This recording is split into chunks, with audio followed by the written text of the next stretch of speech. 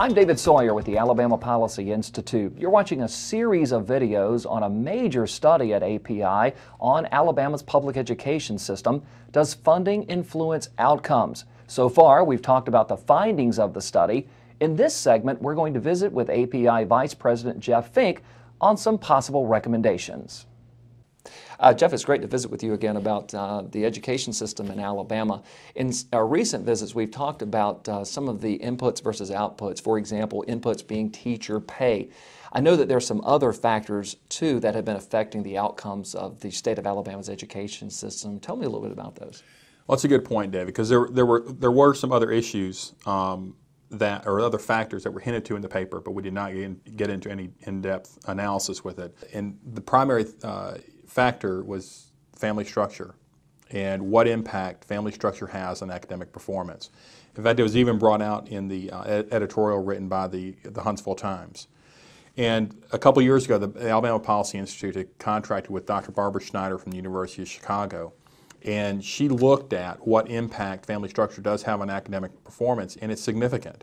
When you look at the parent involvement and their time spent and whether or not the child comes from a traditional family background were all things that had a significant impact on academic performance. Wow, that really does make a lot of sense in terms of how family structure has such a significant impact on the overall outcomes of education.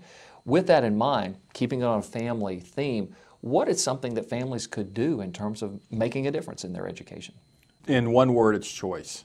And what we want to see is parents having the choice of what academic venue is best suited for their child, especially parents or children that are in highly disadvantaged backgrounds.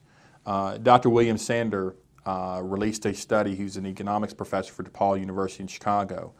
And if African Americans were attending private schools at the same percentage as non-Hispanic whites, it would decrease the dropout rate by half. Now that's phenomenal, to be able to reduce the dropout rate as much as 50% based on school choice. Let's bring it to Alabama. Why are the dropout rates, or for that matter, the graduation rates, such a significant factor for us in Alabama? Well, and that's a really good point, David, because when you look at it, why do we focus on graduation rates, or why do we put so much attention on it?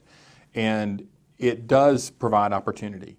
And one of the things that we had found just in dollars and cents, the Alliance for Excellent Education did a study and released it in August of 2008. And what their data shows is in the year 2007, Alabama had 26,000 dropouts. All right, with those 26,000 dropouts, what does that mean, or how does that translate into their loss in lifetime earnings? And it's $6.7 billion. If you look at it from a different way, if you say, hey, what about if every head of household in the state of Alabama had a high school diploma? How does that translate into additional wealth per household? And that number was $1.6 billion. And we know that that translates into opportunities that they can afford for themselves and for their children. Well, keeping it right here in the state of Alabama, we do have some good things that are going on program-wise that we not only want to continue to support, but we want to actually expand. Tell us about some of those programs. Well, some of the initiatives are the virtual classrooms or access learning, especially for rural areas, is significant to have access to some of the best professors or courses that may not be able to be taught in the schools because of funding. You also have advanced placement courses. One of the governor's initiatives is to ensure that every high school in the state of Alabama offers advanced placement courses for the students. And of course, the Alabama Reading Initiative. We want to continue to expand that through the 8th grade because we know that it has a significant impact on the overall performance of the student. We thank you for tuning in to this series of reports on Alabama's public education study by the Alabama Policy Institute. Keep checking back to API's new media channel for more updates.